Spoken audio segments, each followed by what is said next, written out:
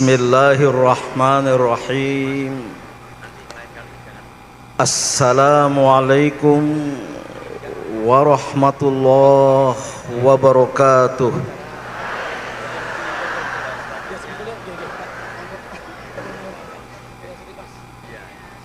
Alhamdulillahi haqqa hamdih wa syukru lillahi haqqa syukrih. Wala hawla wala quwwata illa bih. Allahil aliyyil qadir wallahil aliyyil hakim ala jami'i qudratih wa hikmatih. Yang saya muliakan para sesepuh dan penisepuh Muhammadiyah dan Aisyah. Kita lihat sudah banyak yang berpindah dari dunia hitam ke dunia putih. Maksudnya beruban. Yang saya hormati Wali Kota Malang, Bapak Dr. Insinyur Wahyu Hidayat, dan Wakil Wali Kota Bapak Ali Muthahirin, calon doktor dalam waktu dekat. Tadi beliau mengingatkan saya bahwa sayalah yang menyampaikan tausiah waktu beliau dan istrinya menikah. Walaupun saya tanya apa isi tausiah, sudah lupa katanya. Ternyata beliau pernah menjadi ketua umum DPP IMM. Begitu pula yang saya hormati para anggota Forkompimda yang berhadir, anggota DPR Pusat, Dr. Kamal, Wakil Ketua, dan para pimpinan DPRD Kota Malang yang berhadir, yang tidak bisa saya sebut namanya satu persatu, para kepala dinas, khususnya kepala kantor Kementerian Agama, dan tentu tidak lupa Sohibul Bait dan Lanal Kota Malang, Bapak Kolonel Agus Herianto, detailnya banyak sekali di belakang tadi, dan juga yang mewakili Kapolres, Dandim, tentu para pimpinan organisasi Islam yang mewakili MUI, PCNU, Dewan Masjid, Basnas, dan lain sebagainya, para pimpinan Persyarikatan Muhammadiyah, ketua dan segenap anggota pimpinan daerah Muhammadiyah Kota Malang, Profesor Dr. Abdul Haris, Ketua Pimpinan Daerah Aisyah, Ibu Herawati, yang mana orangnya? Oh, yang sana. Ringkasnya, hadirin dan hadirat, para jamaah, semoga kita semua dirahmati Allah Subhanahu wa Ta'ala. Saya mohon maaf tidak bersedia duduk di kursi, dan saya tidak minta untuk duduk di kursi, tapi ingin membuktikan insya Allah saya tidak kalah dari Wali Kota Malang, bisa berbicara panjang di podium. Sebenarnya saya baru tiba dari Beijing, sebagaimana disebutkan tadi. Setelah menghadiri hanya sehari sebuah acara penting, Islam Confucian Civilizational Dialogue, dialog Islam dan Konghucu sedunia, dan baru tiba, tidak terlalu lama langsung berangkat ke Malang. Bukan apa-apa, karena sewaktu Mas Imam Abdai, mana orangnya, sekretaris PDM Kota Malang menghubungi saya via WhatsApp untuk bisa hadir hari ini. Saya langsung menyatakan insyaallah sami'na wa ata'na, karena yang mengundang adalah pimpinan daerah tingkat kabupaten dan kota, sementara saya hanyalah seorang ketua pimpinan ranting Muhammadiyah tingkat desa atau kelurahan di Pondok Labu, Cilandak, Jakarta Selatan sana. Maka oleh karena itu saya tidak akan banyak menyampaikan ceramah, karena baik Ketua PDM dan Bapak Wali Kota tadi sudah penuh dengan hikmah pesan-pesan halal bihalal, sehingga itu sudah lebih dari cukup untuk kita renungkan sebagai hikmah halal bihalal. Apalagi terkait tema kali ini, tolong jawab. Merawat alam, menjaga kehidupan. Kok nggak ada jawaban? Terbalik. Halal bihalal 1447.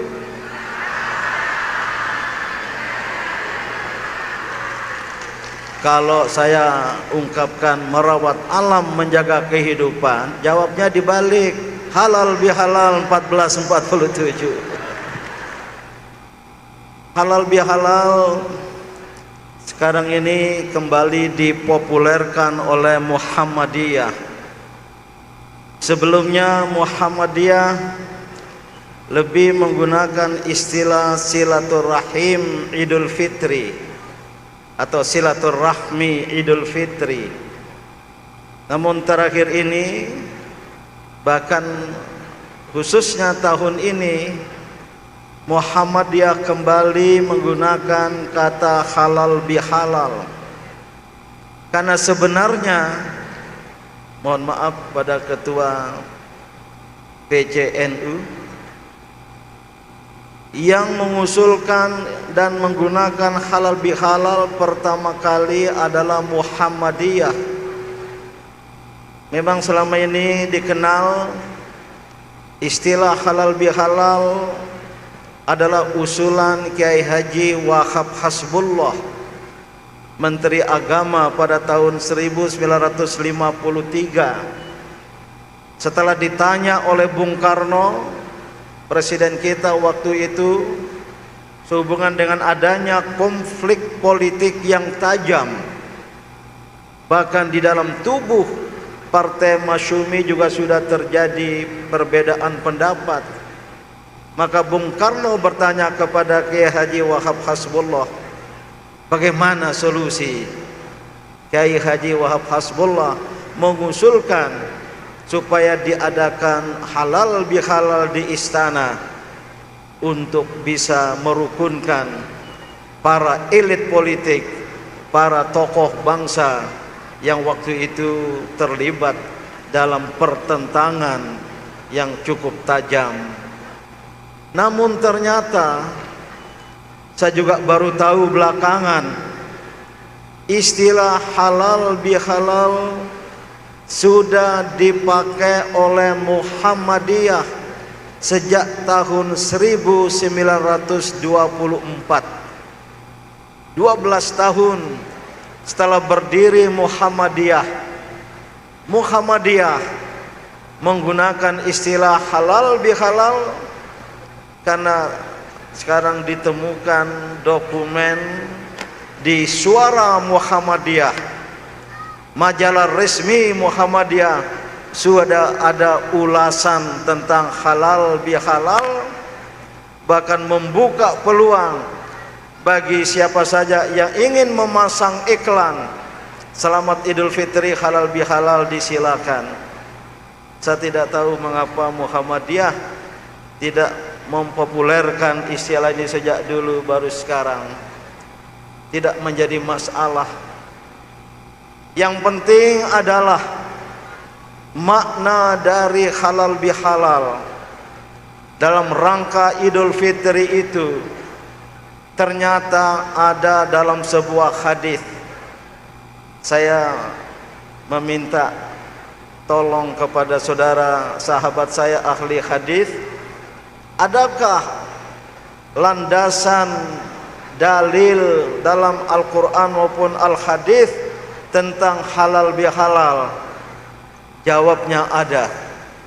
Hadis ini kurang populer, berbunyi, man kanat lahu ma'zimatun li akhihi, barang siapa yang memiliki ganjalan yang besar, ma'zimah, azim, ma'zimah, perasaan ganjalan di hatinya terhadap saudaranya, khususnya saudara muslim, fal yatahallal lahu bihi, makalah hendaklah dia menghalalkan, mentahallulkan nanti dalam ibadah haji.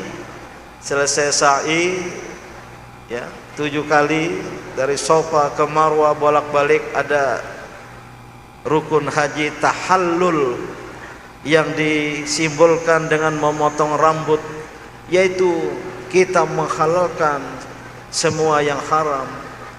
Kira-kira fatahallal lahu bihi, fatahallal biha, fatahallal lahu bihi adalah dia mentahallulkan. Itulah dasar dari halal bihalal ya.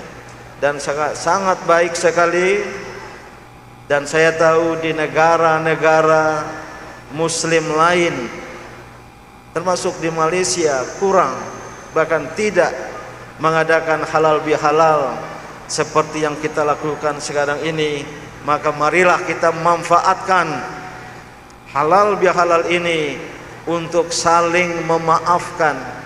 Wal afina 'anin nas, di antara tanda-tanda orang yang beriman salah satunya memberi maaf kepada manusia lain. Kalau di ruangan ini ada suami istri, mungkin merasa ada kesalahan, sangat manusiawi. Saatnya lah ketika Idul Fitri kemarin kita saling memaafkan. Selama sesama warga Muhammadiyah Aisyah terdapat perbedaan pendapat, terdapat perbedaan kepentingan, inilah saatnya untuk kita melakukan saling memaafkan. Itulah halal bihalal. Memang dalam rangka Idul Fitri ada ucapan-ucapan populer warga Muhammadiyah sering menggunakan ucapan taqabbalallahu minna wa minkum. Ini ternyata ada dasar hadisnya. Hadis yang bersifat takriri, bukan ucapan, bukan perbuatan, tetapi persetujuan dan keputusan Rasulullah sallallahu alaihi wasallam. Karena waktu itu, selama itu, ketika Idul Fitri dan Idul Adha, para sahabat saling mendoakan taqabbalallahu minna wa minkum, semoga Allah mengabulkan semua amal ibadah kita pada bulan Ramadan yang lalu. Maka Rasulullah diam dan beliau menyetujui. Itulah dasar dari taqabbalallahu minna wa minkum. Kalau di kalangan NU apa yang populer, wakil ketua PCNU ya, Prof ya, tadi datang ke samping saya, pernah menjadi mahasiswa saya katanya. Saya tidak ingat ya. Kalau pernah masuk di kelas saya dulu ketika S3 di UIN Jakarta, di kalangan NU populer ucapan minal aidin wal faizin, atau lengkapnya wa ja'alana minal aidin wal faizin. Semoga Allah Subhanahu wa taala menjadikan kita orang-orang yang bergembira pada hari raya ini dan menjadi orang-orang yang memperoleh kebahagiaan, faizin, orang-orang yang memperoleh al-fauz, kebahagiaan. Memang kata ahli hadis belum ada hadisnya, tapi ucapan ini punya makna yang baik sekali dan bisa kita jadikan doa ya. Di Indonesia ditambah lagi dengan ucapan mohon maaf lahir dan batin. Ini tidak ada di kalangan umat Islam di negara-negara lain, yang artinya positif, kita saling memaafkan. Cuma saya amati banyak umat Islam tidak mengerti makna dari ucapan-ucapan tadi, sehingga pernah ada kuis di televisi. Seorang ibu ditanya, apa arti minal aidin wal faizin?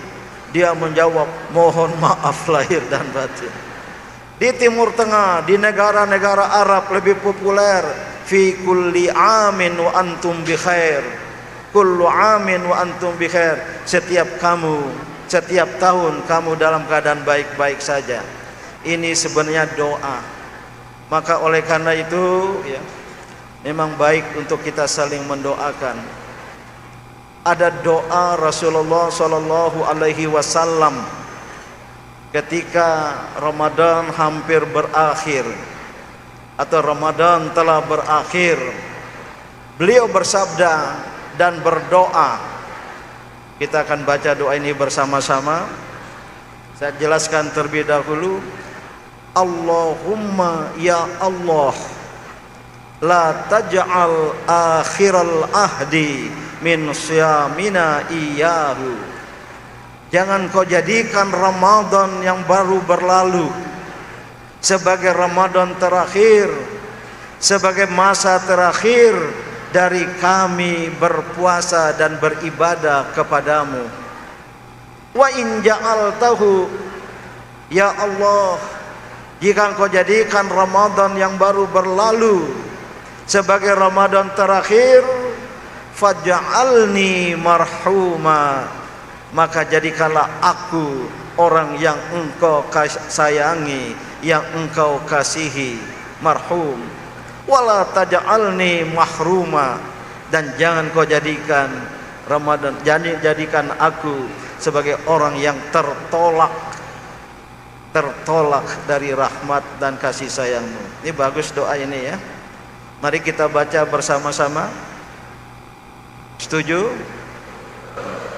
Halal bihalal 1447 Hijriah. Oh, belum sarapan ya. Halal bihalal 1447 Hijriah.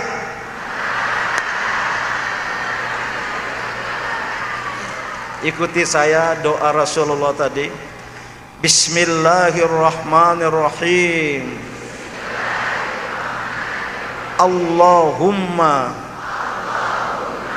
la taj'al akhiral ahdi min syamina iyahu wa in ja'altahu faj'alni marhuma wala taj'alni mahruma. Ini bagus sekali, dibaca lagi nanti. Saya tidak perlu ulang, karena boleh jadi siapa tahu Ramadan 1447 Hijriah adalah Ramadan terakhir, dan kita tidak ditakdirkan untuk berjumpa dengan Ramadan 1448 Hijriah nanti. Ini ada di sebuah universitas, tidak usah saya sebut. Saya diundang berceramah halal bihalal seperti ini. Rektor melaporkan, alhamdulillah pada Idul Fitri tahun ini 3 tahun yang lalu, yang wafat di antara kita hanya 1 orang. Mengapa? Rupanya di universitas itu pada saat Idul Fitri, jelang Idul Fitri, setelah Idul Fitri berapa hari, selalu ada yang wafat dari sivitas akademikanya, 2, 3, 4 orang. Namun tahun itu yang saya diundang untuk berceramah halal bihalal hanya 1 orang. Maka Pak Rektor memberi laporan, alhamdulillah yang dipanggil oleh Allah Subhanahu wa taala tahun ini hanya 1 orang. Artinya tidak lebih dari 1 orang. Maka jelang Idul Fitri di kampus itu was-was, wah jangan-jangan saya dapat giliran ini. Kalau PDM Kota Malang ada juga ya pada Ramadan dan Idul Fitri yang dipanggil oleh Allah Subhanahu wa taala. Maka kita baca doa ini. Sekarang tidak satu persatu, tidak penggalan demi penggalan. Saya baca agak panjang, tolong diikuti. Allahumma la taj'al akhiral ahdi min siyamina iyahu.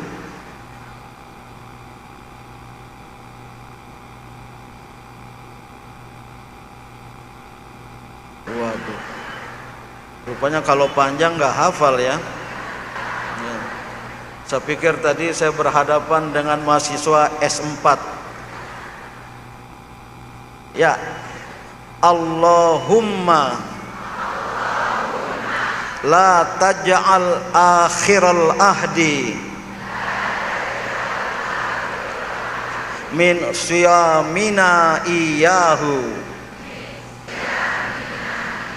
wa in ja'altahu faj'alni marhuma wala taj'alni mahruma. Sudah hafal semua. Nah, yang paling penting ini sebelum ke tema, kok ada gambar banyak orang ya? Tolong ibu-ibu jangan lihat gambar saya di layar itu, fokus ke podium ini, karena gambar itu tidak seindah warna aslinya. Yang paling penting kita merajut kasih sayang, itulah silaturahim.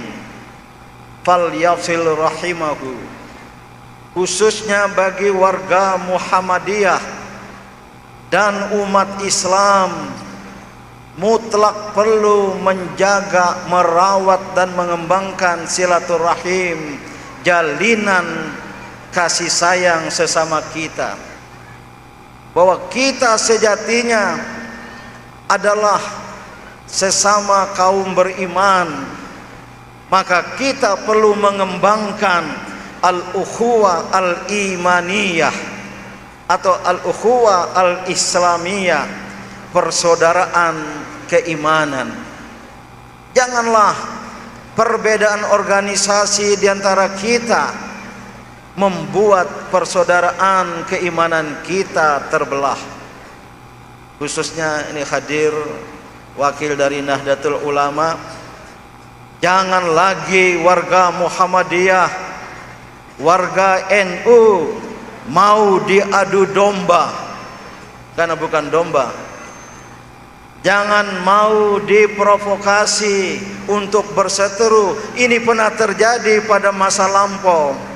Pada tahun 50-an terbukti NU Muhammadiyah waktu itu berhadapan, bermusuhan karena provokasi dari kaum komunis, karena hasutan dari PKI, Partai Komunis Indonesia, yang ingin melemahkan umat Islam. Dan salah satu caranya adalah mempertentangkan NU dan Muhammadiyah.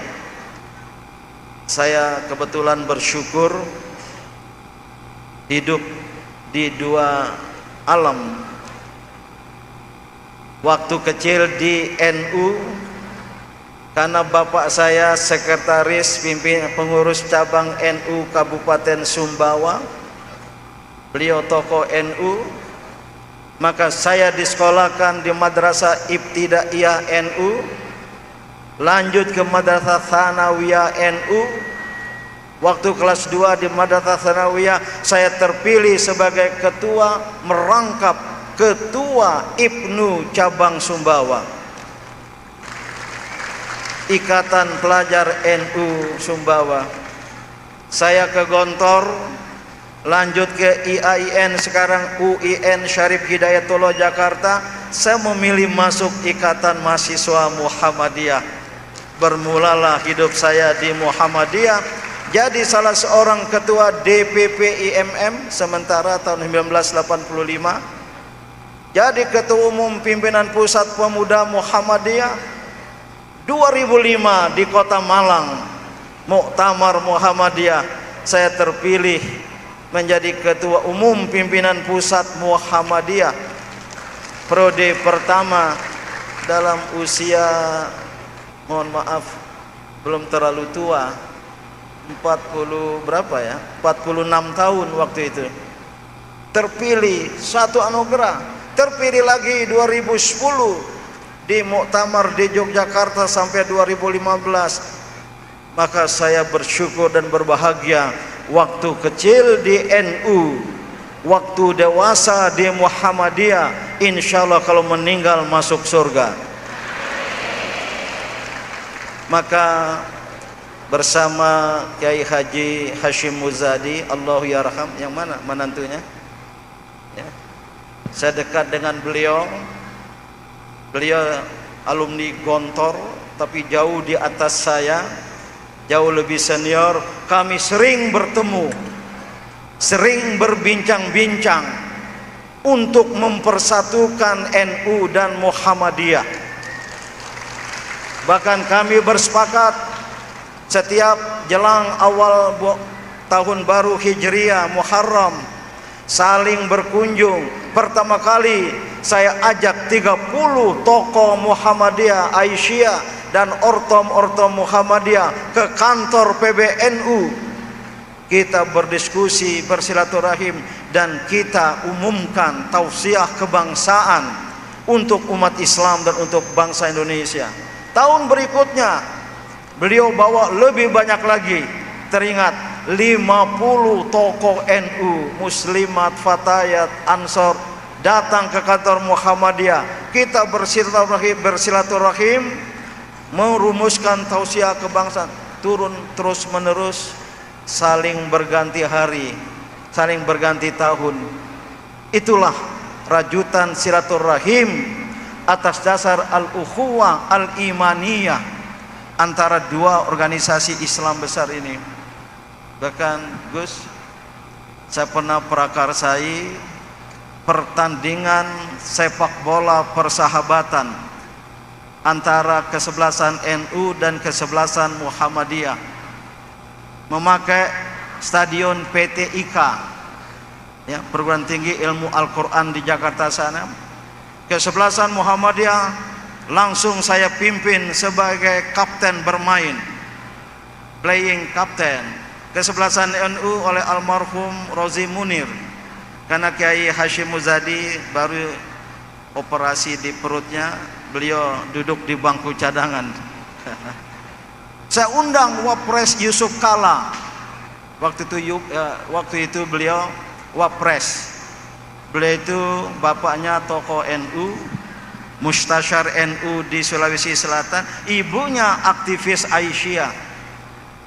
Mertuanya bapak dari Ibu Mufidah adalah mubalik Muhammadiyah yang dikirim oleh Muhammadiyah Sumatera Barat ke Sulawesi Selatan. Maka beliau itu berada pada al-manzilah bainal manzilatain, istilah Mu'tazilah itu. Beliau jadi wasit, dan kita memasukkan menteri-menteri, anggota-anggota DPR NU banyak. Ada almarhum Surya Dharma Ali, ada Cak Imin, ada siapa lagi. Muhammadiyah juga menteri-menterinya banyak. Ada Hatta Rajasa, ada Fahmi Idris, ada Prof Bambang Sudibyo, ketua PP Muhammadiyah waktu itu. Kita tanding, masing-masing membawa penonton. Saya atur rundownnya, membawa acara bagus seperti yang hari ini. kedua kesebelasan memasuki lapangan. Wah, baris. NU itu di belakang kostumnya NU. Muhammadiyah tidak kalah, MU. Bukan Manchester United, Muhammadiyah United. Nggak masuk ke lapangan. Kita atur, mohon maaf, pakai istilah lagu kebangsaan, masuk bangsa NU dan bangsa Muhammadiyah gitu. Muhammadiyah kita siapkan sang surya kayak tadi. Bahkan Fahmi Idris, Menteri Tenaga Kerja, ayo anggota sepatu mulia taruh tangan di dada sambil melantunkan sang surya itu. Pas giliran NU, Gus, kawan-kawan nggak menyiapkan kasetnya, karena nggak ada kaset, nggak ada suara, langsung bergema sholawat badar. Semua di tribun. Pak JK yang tahu, Pak Muhaimin, cukup satu bait gitu. Karena sholawat badar itu panjang ya nanti. Kita tanding, memasukkan Muhammadiyah duluan 1-0, dibalas 1-0, turun main setengah waktu 2-2. Pada babak kedua dari Muhammadiyah masuk Adiaksa Daud, Menpora waktu itu. Beliau jago main bola, menambah 1-0 bagi Muhammadiyah. Jadilah 3-2. Pak Yusuf Kalla tidak beranjak dari tempat duduk di tribun. Begitu kita datang, Pak Din, kenapa tadi ceramah sambutannya skornya ukhuwah? Rupanya sebelum bertanding saya sambutan, pertandingan ini adalah pertandingan persahabatan, adalah pertandingan ukhuwah Islamiyah, maka skornya pun adalah skor ukhuwah. Nanti malam kebetulan waktu itu kita akan memulai Ramadan, sholat taraweh di masjid masing-masing walaupun dengan rakaat yang berbeda. Kesebelasan NU pidato, jadi skor ukhuwah. Pak JK protes, kenapa tadi pidatonya skor ukhuwah tapi jadinya 3-2? Saya panggil Pak Adiaksa Daud, Mas, lapor tuh sama Wapres, kenapa memasukkan bola tadi jadi 3-2? Dijawab, habis tidak ada perintah dari kapten saya, katanya. Saking dekatnya hubungan NU dan Muhammadiyah. Maka ya, kalau bisa Prof Abdul Haris, halal bihalal yang akan datang di tempat lebih luas lagi, 1/2 jamaah Muhammadiyah, 1/2 jamaah NU. Setuju?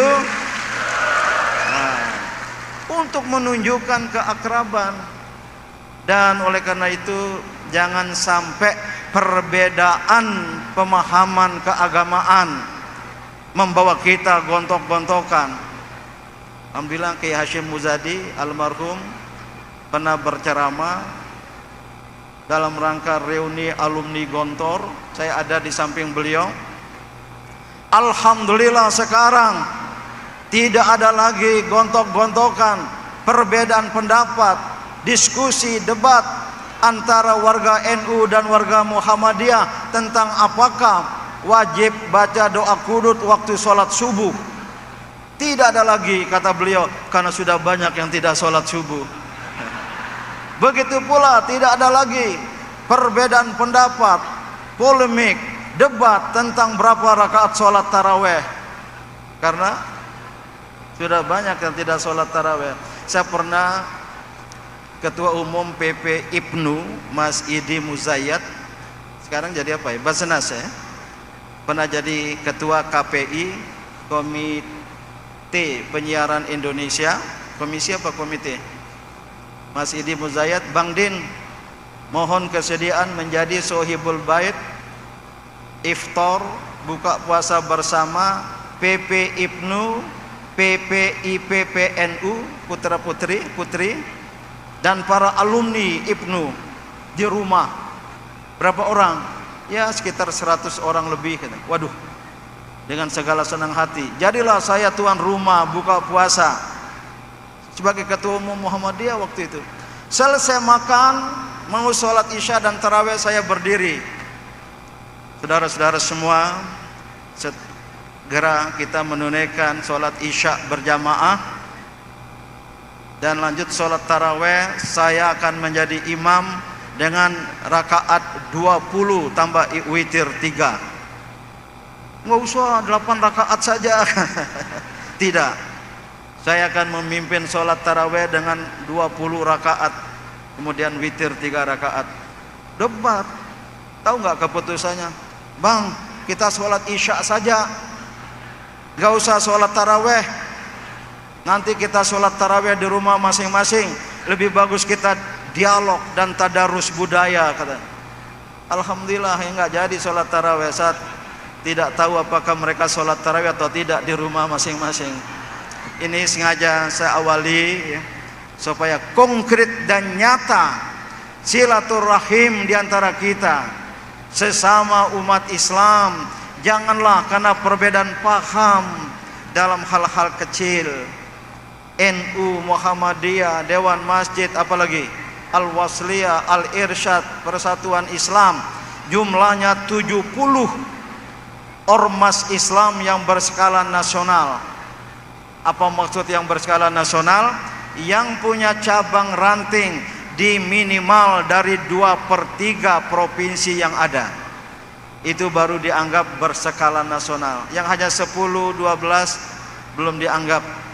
Saya bersyukur berkesempatan dapat amanah pernah menjadi ketua umum MUI 2014-2015, 1,5 tahun, karena ketua umumnya wafat, Kiai Haji Sahal Mahfud. Saya sebagai wakil ketua umum waktu itu otomatis menggantikannya. Terus terang bapak-bapak ibu-ibu, saya tidak bersedia jadi ketua umum MUI ini. Ketua umum MUI ini wah, pantas-pantasnya suka pakai peci ya, suka pakai serban ya. Sementara ya kita di Muhammadiyahnya jarang pakai peci, kecuali kalau ceramah seperti ini, apalagi boro-boro pakai serban gitu ya. Tapi karena itu ketentuan PD PRT, pedoman dasar pedoman rumah tangga MUI, bismillah, sambil saya ucapkan inna lillahi wa inna ilaihi raji'un. Tahun berikutnya saya diberi amanah ketua Dewan Pertimbangan MUI. Yang menggantikan saya sebagai ketua umum MUI, Kiai Haji Ma'ruf Amin, yang sebelumnya wakil ketua umum waktu saya jadi ketua umum. Nah, di Dewan Pertimbangan MUI kita sering berapat. Bahkan keputusan pertama adalah tentang etika ukhuwah Islamiyah. Etika ukhuwah Islamiyah itu bisa di-download. Ada 10 butir. Seperti kalau pramuka apa? Dasar Dharma ya. Kalau HW jangan lihat. Undang-undang HW 10 juga ya. Kalau TNI Sabta Marga ya. Ada 10 butir tentang etika ukhuwah Islamiyah yang kita sepakati. Saya ingat butir pertamanya, setiap muslim ketika mendapati saudara muslim lain termasuk muslimah, adalah dia menyambutnya dengan sikap yang penuh kasih sayang, bukan benci dan apalagi permusuhan. Ini butir pertama ukhuwah Islamiyah. Jangan begitu sedang duduk, ini Mas apa, Profesor Dewan Masjid, itu lambang di pecinya apa? NU. Oh, jangan begitu datang kepada kita pakai peci, pakai logo NU. Ah, ini NU lagi. Atau sebaliknya, datang yang punya peci Muhammadiyah seperti ketua PDM. Oh, ini Muhammadiyah lagi. Ah, ini Salafi. Ah, ini Wahabi. Ah, ini apa lagi? Jangan dengan rasa benci, tapi sambutlah dengan rasa kasih sayang sebagai sesama muslim ya. Itu etika ukhuwah Islamiyah, ada 10. Tidak saya jelaskan di sini. Dan begitu pula sesama Muhammadiyah dan Aisyah, kita ditakdirkan oleh Allah Subhanahu wa taala. Kalau tadi seiman, seislam, kita kembangkan al-ukhuwah al-islamiyah, al-ukhuwah al-imaniyah. Kita ditakdirkan oleh Allah menjadi warga anggota Muhammadiyah. Kita harus kembangkan ukhuwah Muhammadiyah. Enggak usah ukhuwah Islamiyah saja, karena ukhuwah Muhammadiyahnya enggak ada dalam Al-Quran. Tapi kita berorganisasi tidak dengan benci, hasad, dengki, lahirlah intrik-intrik. Ini penting pada warga Muhammadiyah. Etika kita bermuhammadiyah. Yo ibu-ibu, bapak-bapak, yang saya warisi dari para senior, dari para tokoh-tokoh Muhammadiyah masa lampau. Saya pernah hadir, Prof. Abdul Haris, ketika jadi ketua umum PP Pemuda Muhammadiyah, diundang oleh PP Muhammadiyah dalam rapat. Ya Allah, orang tua kita itu berdebatnya luar biasa kerasnya, keras sekali, nggak usah saya sebut namanya. Adu argumen keras sekali. Tapi begitu selesai rapat, rangkul-rangkulan. Selesai rapat, rangkul-rangkulan. Gitu. Dan ada etika dalam Muhammadiyah yang saya hayati, saya amalkan. Kalau ada perbedaan pendapat di antara kita, jangan bawa ke ruang publik. Ada perbedaan pendapat, ketaksepakatan dalam rapat, dalam permusyawaratan, jangan bawa ke ruang publik, di media sosial. Akhirnya organisasi akan porak-poranda. Ini sebagai contoh, saya termasuk Bapak Ibu yang keras sekali menolak konsesi tambang. Sebagai anggota Muhammadiyah, ketua paling bawah, pimpinan ranting, keras sekali. Ada jejak digitalnya, ada flyer, meme pendapat saya, karena saya punya pendapat, punya pandangan berdasarkan informasi yang saya peroleh, itu lebih banyak mudarat daripada manfaatnya. Tapi begitu PP Muhammadiyah memutuskan, bahkan diperluas pertemuan nasional, mengundang para ketua PWM se-Indonesia, Muhammadiyah memutuskan menerima konsesi tambang yang ditawarkan pada pemerintah. Saya berdiam diri. Puluhan wartawan menghubungi, gimana pendapat Pak Din Syamsuddin terhadap keputusan PP Muhammadiyah? Saya tidak mengomentari sepatah kata pun. Itu etika di Muhammadiyah. Kalau tidak, akan terjadi konflik. Saya kira banyak yang sependapat dengan saya, termasuk PDM Kota Malang. PDM sana, PWM sana, PWM sana, terpecahlah organisasi. Etika kita di Muhammadiyah, kalau sudah diputuskan oleh organisasi, ya tidak harus sami'na wa ata'na. Kalau tidak sepakat, diam. Falyakul khairan aw liyasmut. Maka saya tidak terpengaruh oleh wartawan. Ada yang mengundang ke studio televisi, saya tidak mau. Ketika saya jelaskan, saya menaati keputusan organisasi walaupun saya tidak sependapat. Nah, inilah Bapak Ibu, ini baru bagian pertama ya, tentang halal bihalal. Sengaja saya dahulukan, saya perluaskan supaya kita sebagai warga Muhammadiyah bersama ormas-ormas Islam yang lain tetap menjaga al-ukhuwah al-islamiyah.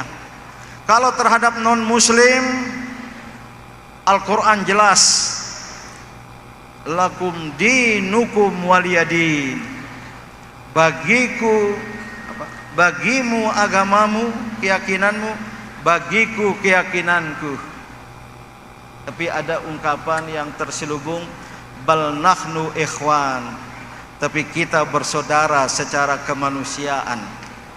Itu yang ditandatangani oleh Syekh Al-Azhar Profesor Dr. Ahmad At-Thayyib bersama Paus Fransiskus yang sudah wafat pada tanggal 4 Februari 2019 di Abu Dhabi. Namanya Piagam Al-Ukhuwah Al-Insaniyah, Piagam Persaudaraan Kemanusiaan, yang PBB, Perserikatan Bangsa-Bangsa, memutuskan 4 Februari adalah Hari Persaudaraan Kemanusiaan Internasional. Nah, terhadap sesama Muslim, apapun organisasinya, apapun partai politiknya, lakum ra'yukum wali ra'yi, bagimu pendapatmu, bagiku pendapatku, bal nahnu ikhwan, tapi kita bersaudara secara keimanan, ukhuwah Islamiyah. Kalau itu bisa terjadi, indahnya masyarakat. Pak Wali Kota ada di Boys tadi, persaudaraan nggak ada ya, mandiri, berkelanjutan, optimis, indah, sejahtera. Seharusnya ada kerukunan itu. Udahlah diganti Boris, nah, supaya ada rukun. Ini sangat penting, sangat penting Bapak Ibu dan saudara-saudara. Bahkan mungkin ada yang tidak sependapat di ruangan ini ya. Kita sekarang sebarkan. Kemarin saya kumpulkan tokoh-tokoh ormas Islam 2 Jumat yang lalu, kalau tidak salah 2 April, di rumah saya. Kita berdiskusi sampai jam 12 malam tentang seruan ulama, zu'ama dan cendekiawan Muslim Indonesia kepada dunia Islam untuk bersatu padu terkait dengan perkembangan di Iran sana akibat serangan Amerika dan Israel, dan dampaknya luar biasa. Terus terang kita ketar-ketir. Kalau negara-negara Arab membalas serangan Iran terhadap pangkalan-pangkalan militer Amerika Serikat yang ada di banyak negara-negara Islam, yang Iran menembak dan menghancurkannya, di Qatar, di Saudi Arabia bukan pangkalan militer tapi ada pos, kemudian pasukan Amerika Serikat ada di sana, di Bahrain, di Kuwait, Uni Emirat Arab, bahkan Jordania. Kita ketar-ketir. Kalau terjadi balas-membalas, porak-porandalah dunia Islam. Dan memang Amerika Serikat dan Israel menginginkan mengembal-gembus Arab dan Persia. Orang Iran itu bangsanya Persia, bukan bangsa Arab. Diadu domba antara Arab dan Persia. Walaupun Rasulullah SAW pernah bersabda, la farqa baina arabiyyin wala a'jamiyyin, tidak ada beda antara Arab dan orang asing, orang Persia. Diadu domba antara Sunni Syiah, karena bangsa Arab banyak penganut Sunni, ahlus sunnah wal jamaah. Iran mayoritas Syiah, walaupun juga ada kelompok Sunni. Kita ketar-ketir, maka kita serukan kepada dunia Islam. Ada bahasa Indonesianya, ada bahasa Arab, ada bahasa Inggris. Kita sudah kirim ke Rabita Al-Alamil Islami, kita sudah kirim ke OKI, Organisasi Kerjasama Islam, sudah kita kirim ke Al-Azhar. Kemarin wakil Syekh Al-Azhar mengirim balasan WhatsApp kepada saya bahwa kami akan menelaah apa salah satu poin dari seruan ulama zu'ama cendekiawan Muslim Indonesia. Mari kita bangun al-ummah al-wahidah, ummatan wahidah. Kita umat Islam inilah umat yang satu. Syekh Al-Azhar mengatakan, selama kita bersolat ke kiblat yang sama, umat satu kiblat, itulah ummatan wahidah. Dari Indonesia kita tambah ummatan wahidah. Umat yang satu itu adalah umat satu Al-Quran dan satu kiblat. Ini sekarang sudah tersebar di Indonesia. Saya kemarin mendapat jawaban apresiasi mendukung pernyataan kita dari Indonesia, dari ulama se-Eropa oleh Profesor Ustaz Syekh Mustafa Syirik, dari tokoh ulama di Amerika, dari wakil Syekh Al-Azhar. Inilah yang akan kita wujudkan ke depan. Ini kita perluas al-ukhuwah al-islamiyah yang bersifat al-alamiyah. Akan saya akhiri tentang tema ini. Ini tema ini terlalu berat, Prof. Haris. Merawat alam, menjaga kehidupan. Halal bihalal 1447 Hijriah.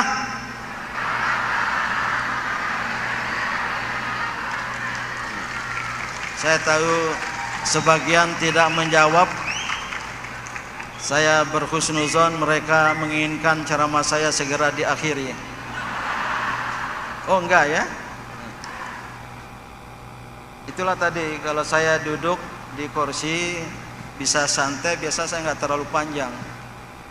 Tapi kalau saya diberi podium, gaya ceramah saya bagaikan pidato caleg gagal.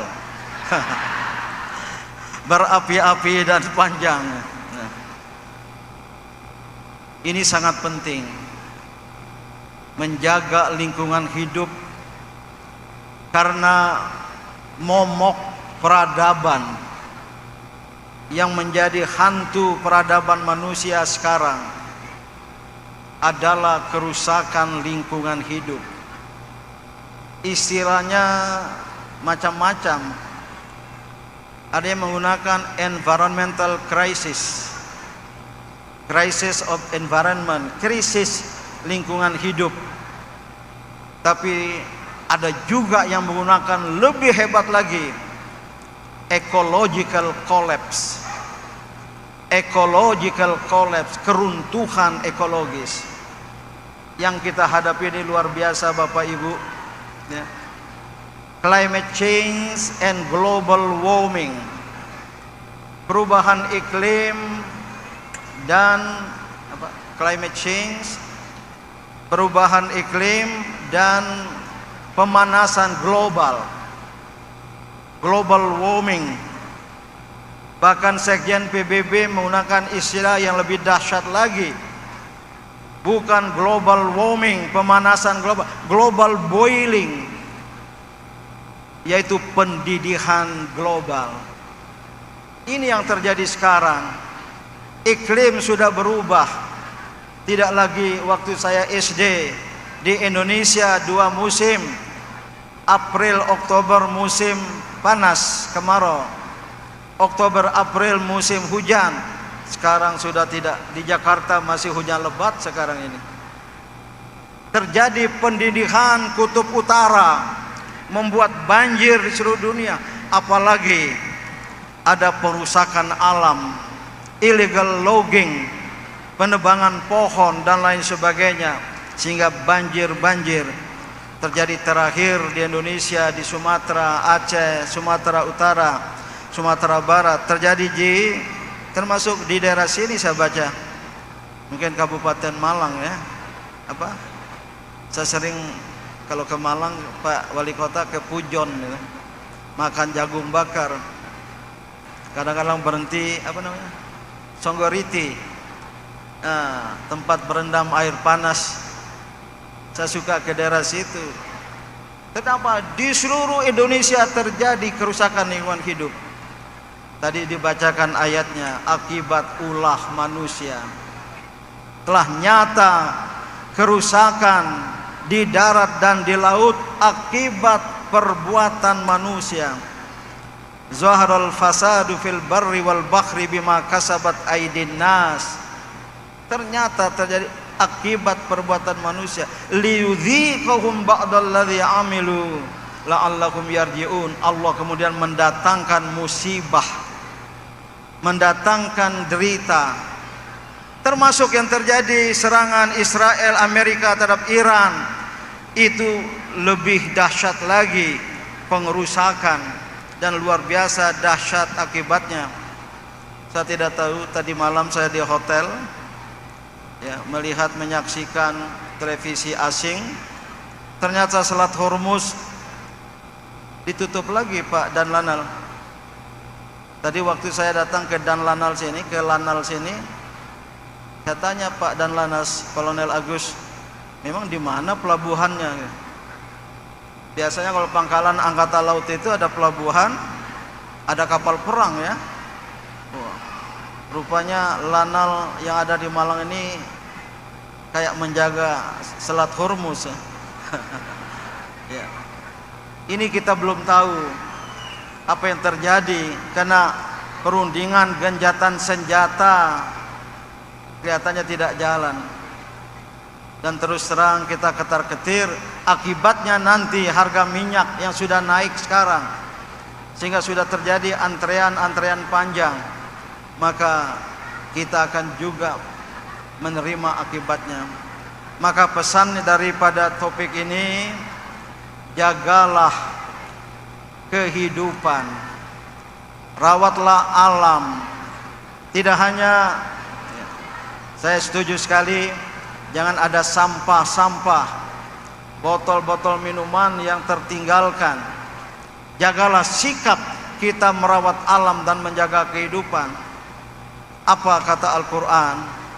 Saya temukan tadi, kita setiap muslim, muslimah diperintahkan untuk menampilkan hayatan thayyibatan. Apa ibu-ibu, bapak-bapak? Hayatan thayyibatan ya. Hayatan thayyibatan. Man amila salihan min dzakarin aw untha wa huwa mu'minun falanuhyiyannahu hayatan thayyibatan walanajziyannahum ajrahum bi ahsani ma kana Ar-Ra'du ayat-ayat 90-an itu. Ada konsep, saya tidak jelaskan ayat ini. Konsep hayatan thayyibah. Setiap muslim, muslimah, mukmin, mukminah dituntut menampilkan hayatan thayyibah. Kita tidak akan mampu menjelmakan, mewujudkan baldatun thayyibah, negeri yang thayyibah, kecuali kita memulai dari hayatan thayyibah secara pribadi, secara individual. Oleh karena itu, pesan dari Halal Bihalal tahun ini, kita mewujudkan hayatan thayyibatan. Saya sangat senang sekali ini menjadi tema dunia dan menjadi hal yang perlu kita lakukan secara bersama-sama. Maka saya tidak perlu jelaskan, mari kita praktekkan dalam kehidupan nyata. Saya kira ini saja yang ingin dan dapat saya sampaikan. Sudah 1 jam ya. Mudah-mudahan ada manfaatnya. Selamat kepada Muhammadiyah Kota Malang, semakin maju dan berkembang, dan kepada kita semua umat Islam untuk menjadi umat yang berkualitas, khairu ummah, umat yang terbaik. Wabillahi taufiq wal hidayah.